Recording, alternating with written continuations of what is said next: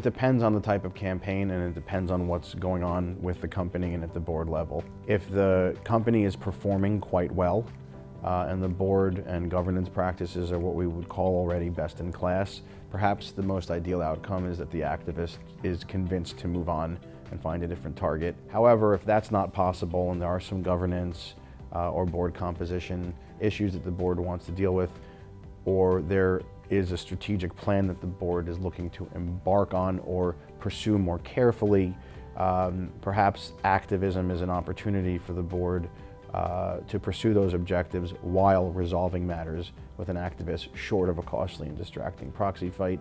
If the board can't do that, can't convince the activist to move on, can't find a settlement, ideal outcome is to take the matter to the ballot box, convince shareholders that they should be seeing things the same way the board is, and get a win at the ballot box.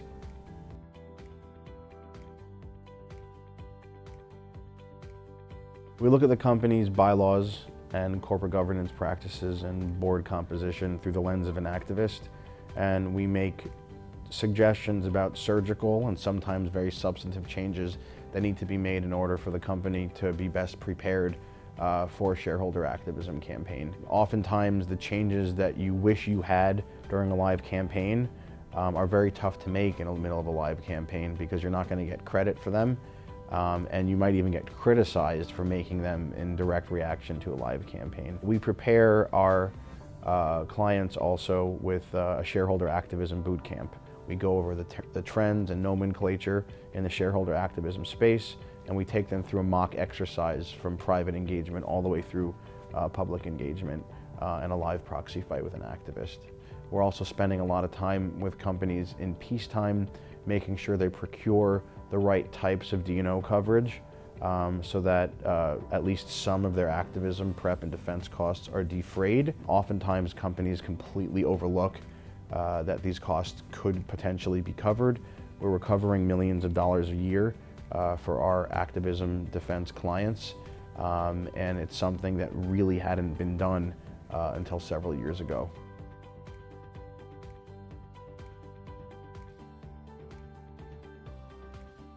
Preparation, preparation, preparation. There are two key things that we're advising our clients to do when engaging with an activist. Number one, learn as much as you can about the activist, the shareholder that you're meeting with. Learn about their past campaigns, their successes, their failures. When you sit down with them, we advise our clients to learn as much as you can from the activist about how they view the company and their investment in the company. That serves two purposes. One, it's cathartic in many instances for a shareholder to be able to engage openly with the company, but it also lets the company learn early on what the campaign themes of the activist are going to be. We also strongly recommend that our clients sit down with the activists completely prepared to talk about the company's strategy, vision, and past successes and failures openly and honestly.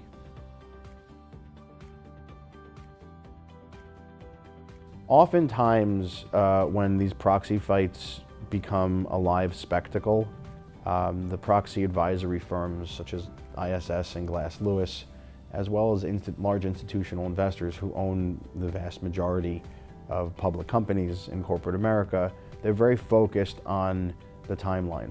Having that narrative controlled and tight is very important because ISS and Glass Lewis will want to know that you did everything you could to resolve everything, short of a costly and distracting proxy fight. If you, as the company, can't control the public narrative by having the facts to back it up, you're not getting off to the right foot. And typically ISS and Glass Lewis can sway anywhere between 20 to 30, even 40% of a shareholder base. It could be do or die for the company.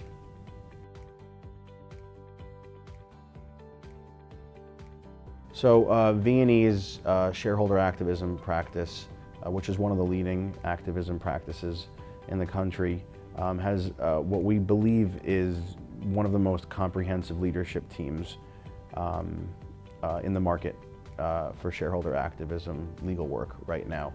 My background is as a securities litigator, I spent the first 9 years of my career representing boards and management teams in shareholder litigation. So I spent a lot of time inside the courtroom, inside the boardroom, and I now help lead the practice. The other leaders of our practice have backgrounds representing activists, as well as representing public companies in some of the largest merger contests, and as well as in shareholder activism campaigns going back to the 1980s. By having a leadership team that can cover that entire ambit of skill sets allows us to advise more clients more comprehensively when it matters.